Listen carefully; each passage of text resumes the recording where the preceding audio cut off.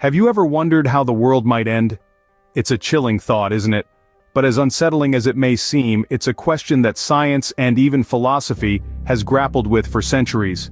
In our exploration, we'll delve into three of the most probable causes of our world's potential demise: war, asteroids, and viruses. Let's start with war. It's a man-made disaster that's been with us since the dawn of civilization, and its potential for global destruction has only increased with time. Then there's the threat from above: asteroids. These silent celestial bodies have the power to wipe out life as we know it. And finally, we'll discuss viruses, those microscopic invaders that can bring societies to their knees. Now, these are not the only ways our world could meet its end, but they are certainly among the most likely. So, which of these threats should we be most concerned about? Stay tuned to find out. First, let's delve into the chaos that war can bring. It's a chilling thought, isn't it? The idea that in a single moment the world as we know it could be irrevocably altered by the devastating power of warfare. Imagine, if you will, the unleashing of a nuclear weapon. The initial blast would cause widespread destruction, obliterating everything within a large radius. But the aftermath, oh the aftermath, that's where the true horror lies. The resulting fallout would spread across the globe, contaminating the air, water, and soil with deadly radiation. The land would become barren, crops would fail, and wildlife would perish. And then, there's the nuclear winter. After a nuclear war, the ash and dust thrown up into the atmosphere could block out sunlight for years, plunging the planet into a deep freeze. This would further devastate agriculture, leading to mass starvation. But the destruction doesn't stop there. The societal implications of such a catastrophe are equally harrowing. Infrastructure would collapse, law and order would break down, resources would become scarce, and in the ensuing chaos, humanity could very well turn on itself, leading to anarchy and violence on a scale we've never seen before. And remember, this is not some far-fetched apocalypse scenario. The technology for this destruction exists today. There are thousands of nuclear warheads around the world, each capable of causing untold devastation. And the potential for conflict is always there, simmering beneath the surface of global politics. So, yes, war has the potential to change the world, but not in a way any of us would want. The scars it would leave would be deep and long-lasting, affecting not just the present generation, but many generations to come. The threat of war is real and ever-present, but it's not the only thing we need to worry about. Next, let's consider a threat that comes not from our fellow humans, but from the vast expanse of space.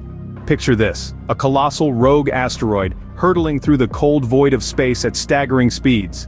Its destination? Our home, Earth. It's a chilling prospect, isn't it? But it's not merely the stuff of science fiction.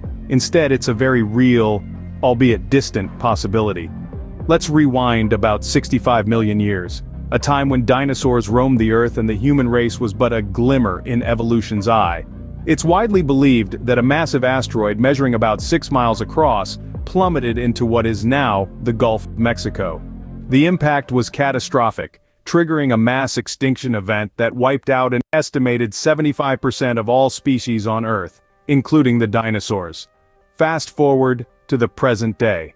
Our knowledge of space and its potential dangers has grown exponentially. Today, we know that our solar system is a cosmic shooting gallery with millions of asteroids zipping around. While most are harmlessly small or located in the asteroid belt between Mars and Jupiter, some do find their way towards Earth. The good news is we're not entirely defenseless. Space agencies around the world, like NASA, are actively tracking near-Earth objects, or NEOs, which include asteroids and comets. They use powerful telescopes to detect and monitor these objects, calculating their trajectories to determine if any pose a threat to our planet. Moreover, scientists are developing strategies to deflect potentially hazardous asteroids. One such method is the kinetic impactor technique, where a spacecraft is launched to collide with the asteroid, nudging it off its collision course with Earth. Despite these efforts, our understanding of asteroids and our ability to mitigate their threat is still evolving. We're in a race against time, with the survival of our species potentially hanging in the balance. While the threat from space is less immediate, it is no less real. But there's another threat, one that's much closer to home. Finally, let's turn our attention to a threat that is invisible to the naked eye, yet has the potential to wipe out humanity. The threat I'm talking about is viruses. Viruses, both natural and man-made, are microscopic parasites that can cause diseases in humans. They're so small, in fact, that you would need an electron microscope to see them. Throughout history, pandemics caused by viruses have wreaked havoc on humanity. In the 14th century, the Black Death decimated Europe's population. In the early 20th century, the Spanish flu claimed tens of millions of lives globally. And in our own time, the COVID-19 pandemic has caused untold suffering and death around the world. But these natural pandemics are not the only threat. Advances in genetic engineering have made it possible to create viruses in a lab.